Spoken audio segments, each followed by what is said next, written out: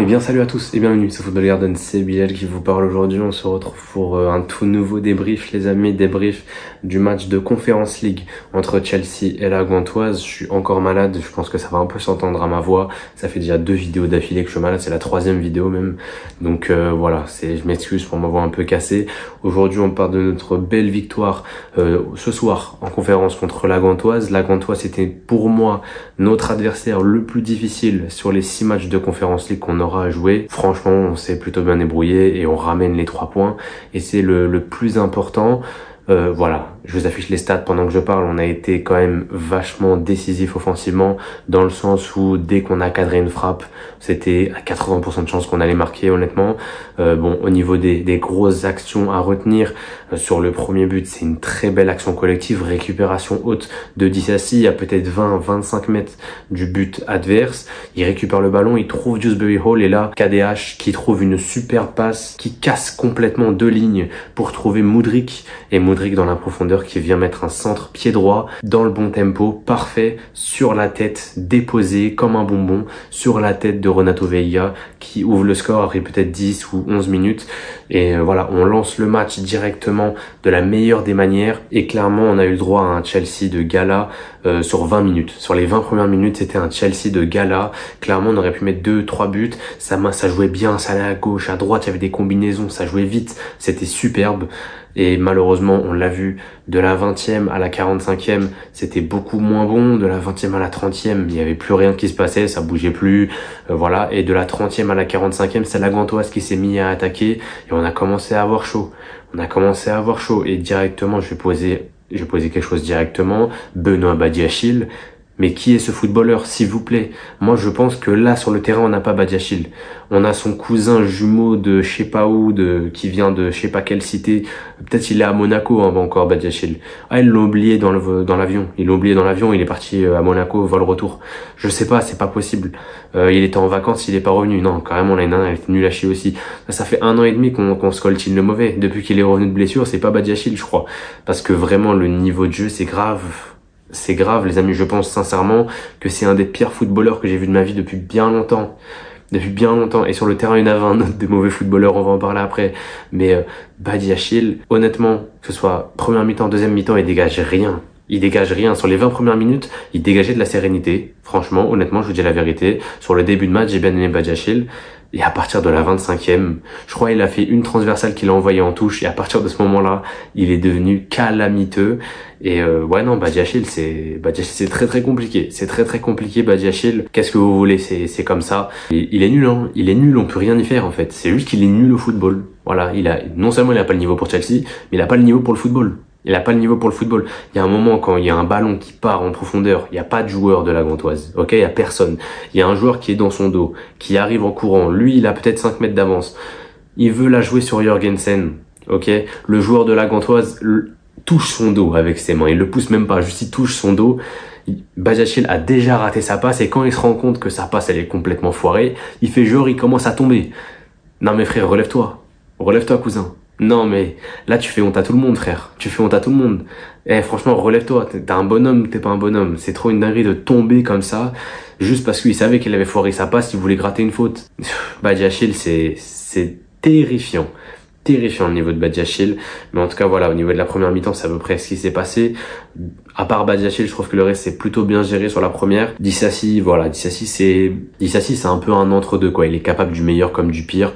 C'est pas celui que je vais incriminer, mais c'est pas celui que je vais saucer non plus. Voilà, c'est le joueur qui est vraiment mid par excellence sur ce match. Voilà, Tosin à peu près pareil. Première mi-temps plutôt solide de Tosin, deuxième mi-temps beaucoup moins, mais on l'a beaucoup moins vu. Et en deuxième mi-temps, on commence surtout directement sur les chapeaux de roue, 45 minutes et 35-40 secondes, je sais plus. Disasi qui envoie un super ballon en profondeur, Pedro Neto qui les récupère, il envoie une praline pied droit sous la barre transversale, exceptionnel le but de Pedro Neto.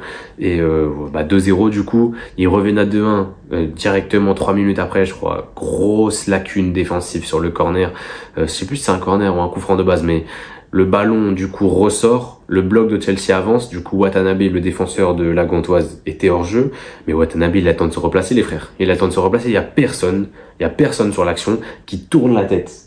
Il y a aucun joueur de Chelsea qui tourne la tête pour vérifier que le mec est toujours hors jeu. Aucun. Et bah après il se retrouve tout seul. Forcément il est tout seul et il marque. Et ça fait du coup 2-1. Derrière on met quand même 2 buts. Nkunku le but du 3-1 et KDH le but du 4-1. Et on prend un but en toute fin de match.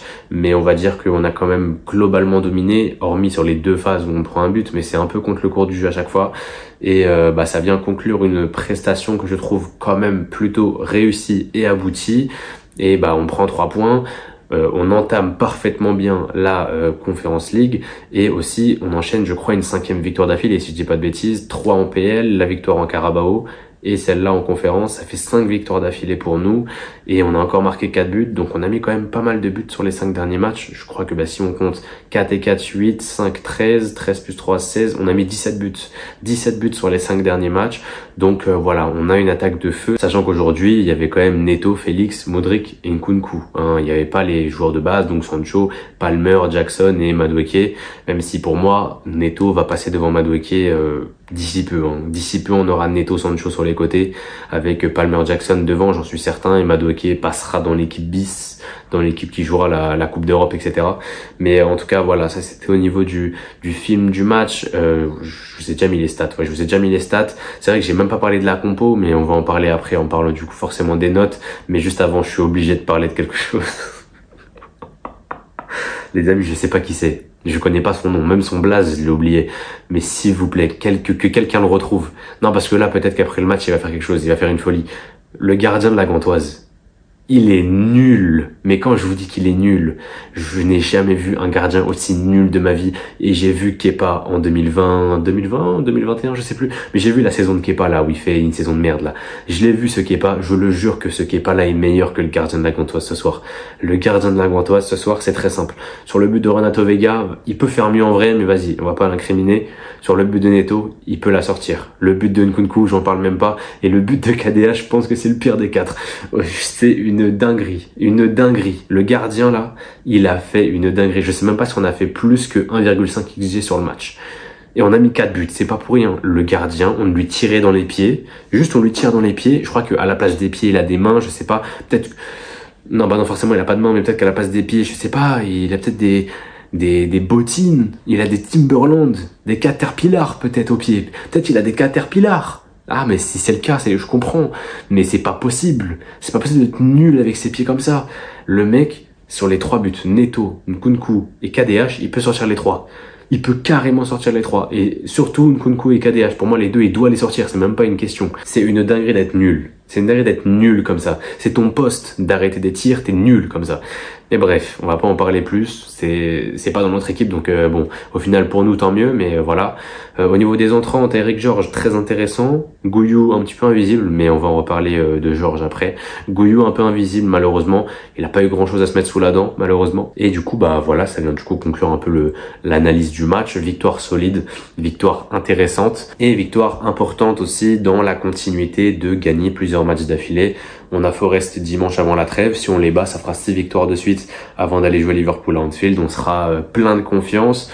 Et voilà, on passe aux notes. Et vous les voyez s'afficher à l'écran. Jorgensen, 5,5 sur 10. J'ai bien aimé son jeu au pied sous pression en première mi-temps. Et il dégageait du calme, il dégageait de la tranquillité, de la sérénité. Et c'est ça qu'on demande à un gardien. Et quand on sait que 4 jours avant, Sanchez fait 2 boulettes, bah voilà, ça fait du bien d'avoir un gardien qui dégage de la sérénité. Malheureusement, il prend quand même 2 buts, donc il peut pas avoir beaucoup plus. Voilà, il a pas du tout été mis en danger en fait, à part sur les buts, donc c'est pour ça que je lui en veux un peu sur ce coup-là et que je peux pas lui mettre plus au niveau de la note. Mais voilà, ce sera un 5,5 pour moi. Même note pour Disasi et Tozin, qui est bon pour Disasi, il est un peu sauvé par sa passe D, sinon il serait plus à 5. Et Tozin, pour moi le plus intéressant des 3 défensivement ce soir. Voilà, première mi-temps plus que la deuxième je l'ai un peu trouvé invisible. Disasi, voilà, passeur décisif, super passe D d'ailleurs, il est pas loin de marquer, il est à ça de mettre un but, donc il fait quand même un match correct, on va dire. En fait, il allie le bien et le moins bien Disasi sur les 90 minutes du match, et Badiachil par contre c'est cata, voilà, 3,5 sur 10 pour moi. Il aurait pu mériter moins honnêtement.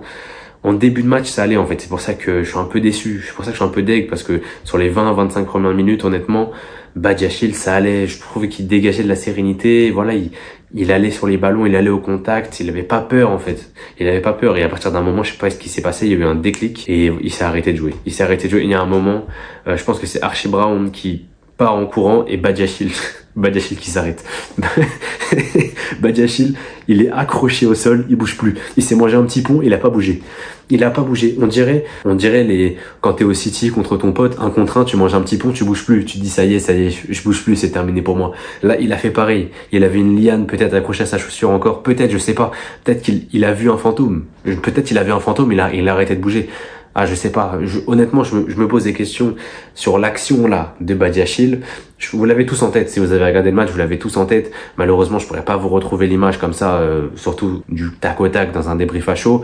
Mais vraiment, le joueur arrive en face de lui comme ça, et lui il regarde le joueur, il bouge pas. Il bouge pas, poker face, il a arrêté de bouger. Il prend le ballon, il prend un petit pont, il se retourne au bout de 2 secondes. Le joueur était déjà parti loin là-bas là. S'il vous plaît, non, Badiachil c'est catastrophique, c'est vraiment catastrophique. Sinon, on passe à du positif quand même un peu. Renato Veiga, man of the match pour moi. Une première mi-temps extraordinaire, vraiment. Deuxième mi-temps magnifique, avec une passe décisive en plus de ça. Un but, une passe D ce soir pour Renato Veiga, 8 sur 10. C'est très mérité, super match de Renato Veiga. Il y a eu des vibes un peu Reece James dans le match. Voilà, il y a un moment où il va lancer Félix sur une ouverture pied gauche magnifique. Voilà, qui casse 2 lignes sur 25 mètres. Exceptionnel. Renato Veiga, il fait un super match. On passe au milieu de terrain, Casadei, 6 sur 10. Première mi-temps intéressante, deuxième mi-temps un peu moins. Mais voilà, un match globalement maîtrisé. Il y a eu 1 ou 2 moments où il fallait faire attention, il a eu chaud parce que le pressing était quand même là et il a failli se faire avoir par le pressing de la Gantoise, mais sinon de manière générale, Casadei fait un match plutôt correct. On continue avec KDH, meilleur match de KDH, enfin je lui donne une bonne note, s'il vous plaît, ça fait tellement longtemps que j'attends ça. C'est peut-être le 5e ou 6e débrief que je fais avec KDH et c'est la première fois que je donne plus que 5, c'est 2. La meilleure note que j'avais donnée à KDH, c'était 5 pour le moment. Et aujourd'hui, je donne 7,5. Super match de KDH. Très grosse première mi-temps. Deuxième mi-temps où il met un but. Donc voilà, que lui demander de plus, que demander de plus, c'est ça qu'on demande à KDH toutes les semaines.